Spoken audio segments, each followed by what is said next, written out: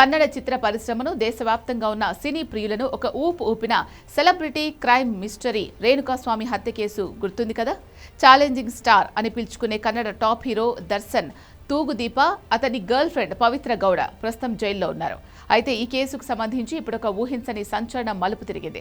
June 8, 2024 రాత్రి ఆ చీకటి షెడ్లో రేణుకాస్వామిని ఎంత దారుణంగా చిత్రహింసలు పెట్టారో, దర్శన్ స్వయంగా ఏం చేశాడో అక్కడున్న ఒక ప్రత్యక్ష సాక్షి ఈ కేసులో వన్ ఆఫ్ ది అక్యూజ్డ్ అయిన ప్రదోష్ రావు కోర్టు ముందు బద్దలు కొట్టాడు.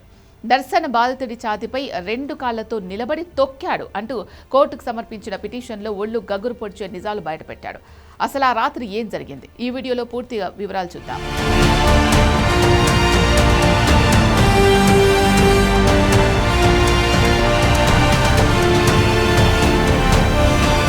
రేణుకాస్వామిని దారుణంగా హత్య చేసిన కేసులో హీరో దర్శన్ కు అత్యంత సన్నిహితుడైన ప్రదోష్ ఎస్ రావు బెంగళూరు కోర్టును ఆశ్రయించాడు. తాను కేసులో అప్రూవర్గా మారడానికి సిద్ధంగా ఉన్నారని, అంటే నిందితుడి స్థానం నుంచి సాక్షిగా మారి ఈ క్రైమ్ కు సంబంధించిన పూర్తి మరియు నిజమైన నిజాలన్నింటినీ కోర్టు ముందు ఒప్పుకుంటారని పిటిషన్ వేశాడు. ఒక కేసులో నిందితుడే అప్రూవర్గా మారి స్టేట్మెంట్ ఇస్తే అది ప్రధాన నిందితుడికి ఉరితాడు బిగించినట్లే అవుతుంది. ఈ ప్రదోష్ ఇచ్చిన ఫస్ట్ పర్సన్ రిపోర్ట్ చూస్తే అసలు ఒక మనిషి ఇంత క్రూరంగా ఎలా ప్రవర్తిస్తాడు అనిపించక మానదు. అసలు ఆ రోజు ఏం జరిగిందంటే, దర్శన్ గర్ల్ ఫ్రెండ్ పవిత్ర గౌడ సోషల్ మీడియా అకౌంట్స్లో రేణుకాస్వామి అనే యువకుడు కొన్ని అసభ్యకరమైన కామెంట్స్ పెట్టాడు. దీంతో పగ పెంచుకున్న దర్శన్ గ్యాంగ్ అతన్ని కిడ్నాప్ చేసి బెంగళూరు కామాక్షి పాల్యలోని ఒక షెడ్డుకు తీసుకొచ్చారు. ప్రదోష్ ఆ షెడ్డుకు వెళ్లేసరికి రేణుకాస్వామి కింద కూర్చొనున్నారట. చుట్టూ దర్శన్ మనుషులు ఆవరించి ఉన్నారు. దర్శన్ ఆ యువకుడిని బూతులు తిడుతూ ఆ మెసేజ్ల గురించి నిలదీస్తున్నాడు. అంతటితో ఆగకుండా పవిత్ర గౌడను పిలిపించి ఆమె చేత రేణుకాస్వామిని చెప్పుతో కొట్టించాడు దర్శన్. ఆ తర్వాత అక్కడున్న వాళ్ళంతా కర్రలతో బాధితుడిని విపరీతంగా బాధడం స్టార్ట్ చేశారు. మరి మిగతా వాళ్ళు కొడుతుంటే హీరో దర్శన్ ఏం చేశాడు? ఇక్కడే ప్రదోష్ సంచలన నిజాలు చెప్పాడు. దర్శన్ స్వయంగా ఒక నైలాన్ తాడు తీసుకుని రేణుకాస్వామిని విచక్షణారహితంగా కొట్టాడు. అంతటితో ఆగకుండా బాధితుడి మెడపై, ఛాతిపై బూట్లతో బలంగా తన్నాడు. ఆ క్రూరత్వం ఎంతవరకు వెళ్ళిందంటే, కింద పడిపోయి విలవిల్లాడుతున్న రేణుకాస్వామి ఛాతిపై దర్శన్ తన 2 కాళ్లతో నిలబడి తొక్కాడు. ఒక స్టార్ హీరో ఇలా ఒక సామాన్యుని నిర్దాక్షిణ్యంగా తొక్కడం చూసి అక్కడున్న వాళ్లే షాక్ అయ్యారు.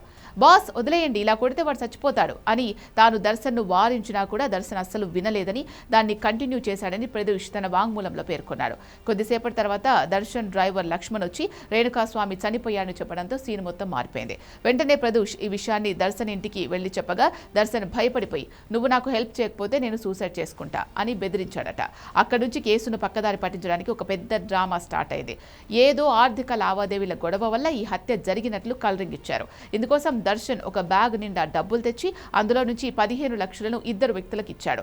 ఈ మర్డర్ కేసును తమపై వేసుకుని పోలీసులకు లొంగిపోయేలా కొంతమందిని వెతకమని ఆ మనీ ఇచ్చాడు. ఆ తర్వాత రేణుకాస్వామి శవాన్ని ఒక తెల్లటి స్కార్పియో కార్లో వేసుకుని బెంగళూరులోని ఒక పెద్ద డ్రైనేజ్ కాలువ పక్కన పడేశారు. 2 రోజుల తర్వాత దర్శన్ సెట్ చేసిన మనుషులు పోలీస్ స్టేషన్లో లొంగిపోయారు. కానీ పోలీసులు ఎంక్వైరీ చేయడంతో అసలు నిందితులంతా దొరికిపోయారు.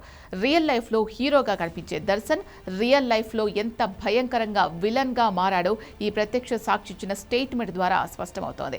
ఇప్పుడు ఈ ప్రదోష్ అప్రూవర్గా మారితే కోర్టులో దర్శన్ కు శిక్ష పడ్డం ఖాయంగా కనిపిస్తోంది.